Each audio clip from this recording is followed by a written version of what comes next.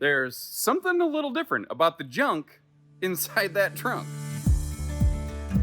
Welcome, everybody. Josh the RV Nerd of Bish's RV down here at Grand Design today. It's been 2 or 3 years since I've had a chance to put this floor plan on camera, and a lot has changed. So I wanted to go through and give this thing a full fresh day in court.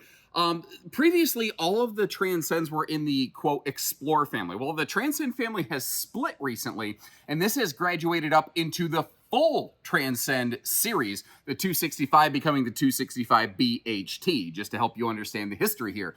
It's the same general kind of layout that it always was. Like, it's essentially, it's like a rear living room couples camper where they just packed a set of bunks on the back of it. And that's a very unceremonious way of accurately describing this thing. But what they did here is they created a family RV with a very nice, open, spacious living area where if you are stuck inside on a little bit of a rainy day, you can still not go stir crazy and not drive each other absolutely nuts, you know? There's some great qualities here, like a private true queen bed up front, a very large bathroom, although it is a walk-through bathroom. And in a family model, that could mean that parts of the camper kind of get sort of, quote, cut off for a little bit, but giving you information like that, telling you the real deal of Vander Holyfield, what this RV does and what it doesn't, that's what I want to do in this video today and be very, very fair and candid with you. It's longer than the 265 model number would make you want to think, but it's also got things like a large front pass-through compartment, and this year, they've actually added basically off the tail end outside mini camp kitchen grilling station off this thing. I'm really curious to know your thoughts and your feedback on that. Did they nail it? Did they fail it? What do you like? And if you had a magic wand as we go through this video, what is that one thing that you could Tinkerbell change given the opportunity? And we'll make sure we get that feedback back to the manufacturer. And if you like how we give you a voice and give you a look at all this stuff, hit that subscribe button. Let's get going. Now, here's the thing, and here's what I love so much about this floor plan. Like, you know, when you just walk in the door, typically you're going to walk into the door of an RV and then you're going to turn toward, you know, the biggest open area of the living room space. And when you do that, it just gives you a nice, big, open feel. But what's great is that this is an RV that could very easily sleep 4 people plus. Now, some people say, well, you should list how many people the RVs sleep in your specs. Well, the thing is, like, if you go by what the manufacturers typically say, like, they're going to call every sofa, every dinette a 2-person sleeper, and that's just a load of crap. Like, that dinette right there could probably sleep 1 adult pretty well. I don't know that it's going to sleep 2 unless you know each other biblically, okay, ladies and gentlemen? So just trying to be fair. I love the power outlet in that dinette. That is a nice spot for it. I just kind of noticed it. Now, one of the reasons they're able to do that is one of the unsung benefits of a stick and tin camper. Because the walls are essentially hollow, very similar to how your walls are in your residential applications. Yes, they have studs. Yes, they have insulation. But because they're not one laminated chunk of block foam, they can do things like put power outlets where it is best. Like, you notice how there's some outlets back in that kitchen corner back there. That is just an absolutely ideal location for them. But that's something that a lot of laminated RVs just literally cannot do. This is very pet friendly, kid friendly, clumsy, spillable, husband friendly. I may be projecting a little bit of myself into that right there. I try not, like, it drives me nuts. When I eat, I try not to be a mess. But somehow I always end up dropping stuff. I don't know why. I try to be careful, probably, to be fair, because now, and this will be hard to imagine, I tend to talk a lot. I know that's really hard to believe and imagine, but I think that I get distracted and, like, sometimes the sandwich just misses my mouth. And I know it sounds amazing that anything could possibly miss my mouth. But ladies and gentlemen, I'm here to tell you it does happen. I do appreciate that they also are carpetless in the slides. Now, that's pretty much become an industry standard thing. But, I mean, for the majority of my career, RVs had carpet in the slides and people hated it. So anytime that I see an RV doesn't, I'm going to point that out. Now, here's something that's very cool, potentially.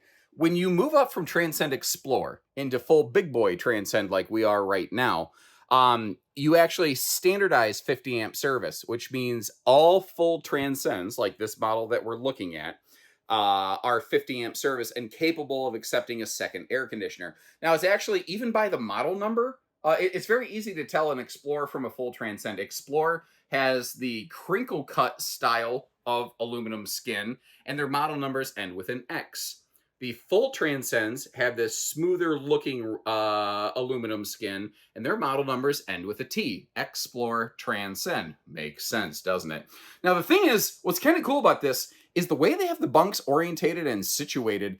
It makes the entire RV look and feel very large and very open, because essentially, visibly, you're enjoying the perception of the negative space of these bunks. Now, both bunks have their own household, have their own lights. Both bunks have their own breeze windows. They put some power outlets in a location over there that's kind of shared between the two bunks and the sofa, which overall I think is actually pretty smart. Keep in mind, bunks are definitely sized for kids, and you might have noticed how they have their own individual privacy curtains, which is a really nice touch. But kids need a lot of storage. So they had to get a little creative here. They kind of made the stairs multifunctional. First of all, the stairs make it so that the kids can get themselves to the upper bunk, and you don't have to heave-ho, throw the kids into the upper bunk. But also made them storage. And you do have dedicated potential closet space here. You could always throw some shelves in that, kind of if need be. Again, you do have separate curtains for the upper and lower bunk, so I kind of want to set those at different stages to help kind of draw some attention to that fact. And one of the other nice things here, I said this RV could sleep 4 people super easily. It could definitely sleep more people if need be. There, you know, if you read the brochures, this probably says it sleeps 10. Again, I think that that's being a little bit aggressive. But you could have 2 people in the front true queen bed, 1 person each on the double bunks, 1 person on the dinette, 1 person on the sofa, and that's a sleep 6 where no 2 kids ever have to share a sleeping space and worry about kicking each other at night and starting a fight or something like that. Because, you know, if the kids don't sleep well, and I kind of like that more residential style pull-out bottom drawer on this 12-volt fridge. By the way, if you're ever curious, like if you see an RV in person, you're like, what size exactly is that? If you get in here and you check out the little tag, that'll tell you the size. That's a 10.7 cubic foot 12-volt compressor fridge right there. So again, I like to give you the information, but also teach you how to fish. So both give you the fish and teach you how to catch it. It just feels like that tends to get people a whole lot further overall doing it that way. And I think they started this last year, but they've made some changes to their kitchen appliance setup here. First of all, really nice overhead storage in this. I love the shelving in there. It means you can't put tall stuff in this, but you can put a lot of stuff in this. They went to a electric air fryer convection microwave oven up top. We've got a 3-burner stovetop down below next to that stainless farm sink, but no propane oven. Instead, you just get a crap ton of lower drawer storage there. There's no propane oven option. So you've got propane cooktop inside. You have a propane griddle off the back side of the camper, and just a gas grill quick connect in case you wanted to bring your own thing. So you do have some, you know, plenty of propane cooking options. And generally speaking, anything that you could cook in a RV propane oven, you can cook in that like convection microwave kind of thing. The trick is you need park power or a generator, because it just is not going to be able to handle, you can't run it off grid. Basically, there's just no other way around it. So, you know, for some people, it's no oven, no sale. And to that, I say, no problem. You know, I'm not going to argue with you. I just want you to know what the RV has and what it doesn't. Now, I love windows in bathrooms, but I kind of like that they didn't put a window over here, and they gave us a nice, like, hanging towel bar for not your main towels, but like hand towels and stuff that you could use for the sink over here. It's maybe not as pretty, aesthetically pleasing, but it's super, super functional. And these kind of shallow open face shelves are really handy, surprisingly. Like if you roll towels up and stuff them in there burrito style, or if you stack a whole bunch of butt napkin rolls over there for ye old toilet space, you're going to be okay. Now, when you take a look at the left side of the screen, you will notice that's not me. That is Mr. Austin Clark. He's a member of the Grand Design family over here. He says that he's 5'6" tall. He's a Sagittarius, and he likes long walks on the beach and candlelit dinners. He said the 5'6" tall part. I made up the rest, just in case you're curious. But I thought it'd be fun just to kind of give you another size reference and demo here. He's a little bit, more gravity friendly than I am. I'm a little bit taller and more awkward. So if somebody like me who's a little over 6 foot plus shoes stands in that shower, you can see that I wear the skylight like a hat. Actually, I bonked my head because I missed where the skylight was located. So, depending on your personal size and stature, remember, this RV has a 6.5 foot interior clearance. Now, you do have more towel storage over there in those thin pockets. Again, I don't like them open face, but when they're thinner like that, I've had so much consumer feedback say, yeah, I have not had any problems with stuff falling out of that. Now, one of the really nice things here, this is a 60 by 80 true queen bed. Now, I don't like to use fisheye wide angle cameras, so it looks like it's eating up the entire room. But you will notice as I get around the corner and give you an angle on this thing, you can definitely walk around it. Now, that door right there has a deadbolt. If you want to make sure that nobody can come in and tickle your toes while you're sleeping, you can absolutely maintain maximum privacy there. Notice how you've got some household and USB outlets like up against the headboard behind the hanging wardrobe towers. I love that. I love it when a manufacturer does that. They give that, to me, that's the perfect location for stuff like that, because you can keep your personal effects kind of tucked away. You could use it like a phone charge station. You could do whatever you got to do with it. It works very, very well. This wall's an awkward space for a TV hookup. I kind of think it would have worked better on this wall over here, but they didn't do it that way, so it doesn't matter. I just want to tell you where things are at, and maybe you prefer it where it's at. The fact is, very few people will tend to install a TV in the bedroom of one of these. Anyway, once again, remember, full Transcends. The Transcends that end with a T in the model designator are going to be 50 amp service. They are set and ready for a second air conditioner right from the factory. And that's something that we could assist you with at Bish's RV. If like the one in stock doesn't have it, we can install it after the fact for you. Also, they have given us a handy little laundry solution right here. You might notice, though, I left that baggage door open in the front pass-through to kind of help you understand the fact that you're actually, your laundry hamper literally is the front pass-through compartment. They're also doing, I think, a really good job at really intelligent storage solutions in here. Now, it's interesting. It looks like hanging wardrobe towers on both sides. You actually have a dresser tower on the one side and hanging wardrobe on the other. But this I also thought was really smart. Their overhead cabinet doors, they weren't going to put struts on them, so they hold themselves open. So instead, they made the door swing open, so you still don't have to hold it open. It's a less expensive way of accomplishing the same thing. It's very, very smart, and it works. Now, over here, again, you might notice that side actually does allow for hanging storage. And you've got like a mine and yours, side-by-side drawer situation going on, too. What's also nice is they did throw some struts under the bed to make that space, easier to access. So you don't necessarily have to lift and grunt and twist and shout the whole thing around. You don't have to fight the mattress. Now, from the factory, that is a very not flashy, not fancy mattress. But, after the fact, you may want to swap that mattress out for something a little bit more comfy and or robust. And, that's where the struts are going to be really handy when you're not fighting the weight of an aftermarket replacement mattress. Now, the road mode on this RV is actually really good, but it's what I'm going to call two-stage road mode. For a quick travel snack-tastic stop, you're going to go through what's basically the living room door, because over here, you can get to the kitchen space. Part of the refrigerator can be a little bit tricky to access, but you can still open it enough that you can get there. One of the nice things, too, if you're taking a long road trip, or let's say you hit a wicked traffic jam and you got to do like a Walmart parking lot overnight stayover that you weren't planning on, all of your primary sleeping remains available. Your hide-a-bed, your dinette sleeper, those are going to essentially be lost. But, we are nap-tastic, we are snack-tastic, and if you decide to slide out and slip into the other door here, that's where we also become crap-tastic with the bathroom access. Now, some people don't like a direct entry bedroom door like this. Some people do. Again, it's worth mentioning, you have the exact same deadbolt here next to you that you are trusting your kids' safety with in the back of the RV. But let me tell you one of the benefits about having a second door like this. If you put the kids to bed, the entry door is right next to them. Well, if you want to stay out by the fire, have a couple drinks, have a good time, shoot the breeze with some friends, when you come in and out of the RV, you don't want to make a bunch of noise. Well, having a second door like this allows you to kind of slip in and out a little more quietly and undetected.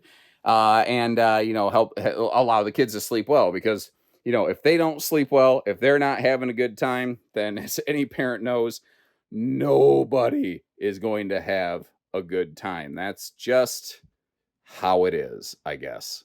Another option that you have here is that this is a rack and pinion slide. And one of the cool benefits of that is you can get away with opening it only partially. So depending on your location at a travel stop, if you need to open it just enough to gain a little bit more function, you can do that. But due to the nature of a rack and pinion slide, you should not sit in and occupy that any of the seating in the slide unless the slide is fully extended. No other time should you be doing that. Now, your refrigerator is anchored into the slide at more points. You don't have to unload the storage in the slide. The manufacturers account for that. They don't account for a person they didn't put there. And it's those extra pieces of information and like RV myth busting that I like to give you in my videos so that you can keep your RV in the field, keep it out of the shop, because repairs in the industry take too long, being real. So anything I can do to help forewarn and forearm you to avoid downtime like that, I want to do that. And if you appreciate that, hit that subscribe button, and we'll keep going right around the outside. You know, like a couple trailer park girls, because apparently trailer park girls go round the outside, round the outside. Now, one of the things with a model like this, I mentioned it when the video first began, it's called a 265. And that makes you think, oh, it's a 26-foot bunkhouse. No, it is not. Again, I'll be very real and fair and candid with you. As you can see from the weights and measures on the left side of the screen, this is not a 26-foot model. And I know that there are some people toting this around with a half-ton. But the longer the RV and the shorter the wheelbase of your tow vehicle and the lighter the curb weight of your tow vehicle, the worse, basically, your towing experience is going to be. So if you're going to just take it to the local campground a couple times a year and you're not going to hit the highways and go up and down mountains and stuff, maybe a proper heavier tow package half-ton could be a decent fit here. For the most part, I am probably going to recommend something more in the line of a 3/4 ton for a generalized recommendation. But it always, you know, there's a lot of caveats there. Another little look at the little laundry hamper kind of thing. I love the fact that they give you a solution for yesterday's clothes now that it's today. And that brown box that you're looking at, the RV actually includes its own little like floating picnic table. So you can use that inside, you can use it outside. And another nice thing on the full Transcends here, oh, you see the lights kick on right there. Both sides of the pass-through have their own motion activated lighting. So you could also just turn it all the way off or all the way on, depending on what you want to do with it. But a lot of stick and tin trailers, well, they're a little bit more like my teachers described me in school. They're a little bit more dim-witted. They don't have a lot of lighting in the front pass-through compartment. Also, very few stick and tin trailers have any sort of enclosed docking center. Now, that is a very basic docking center.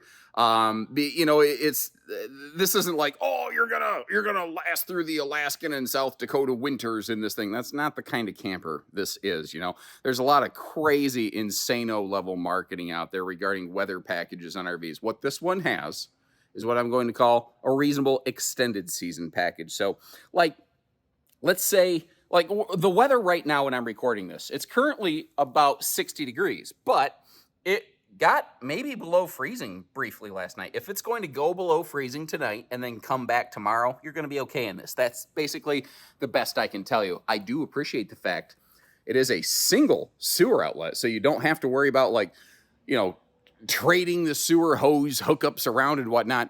And it's funny, what this is kind of called retro metal in the RV industry, but the somewhat smoother looking aluminum skin that Transcend has been using for years has become very, very trendy all of a sudden here. Now, Transcend's not the first brand to use it. There's a reason it's called retro metal. This is what RV brands used to use a lot, but a lot of builders quit using it because it's a little heavier and it's a little more expensive. The thing is, it also protects your RV a little bit better in two different ways. Look at that extra motion light kicking on in that pass-through compartment. While I'm yakety-yakking, let's take a look up there.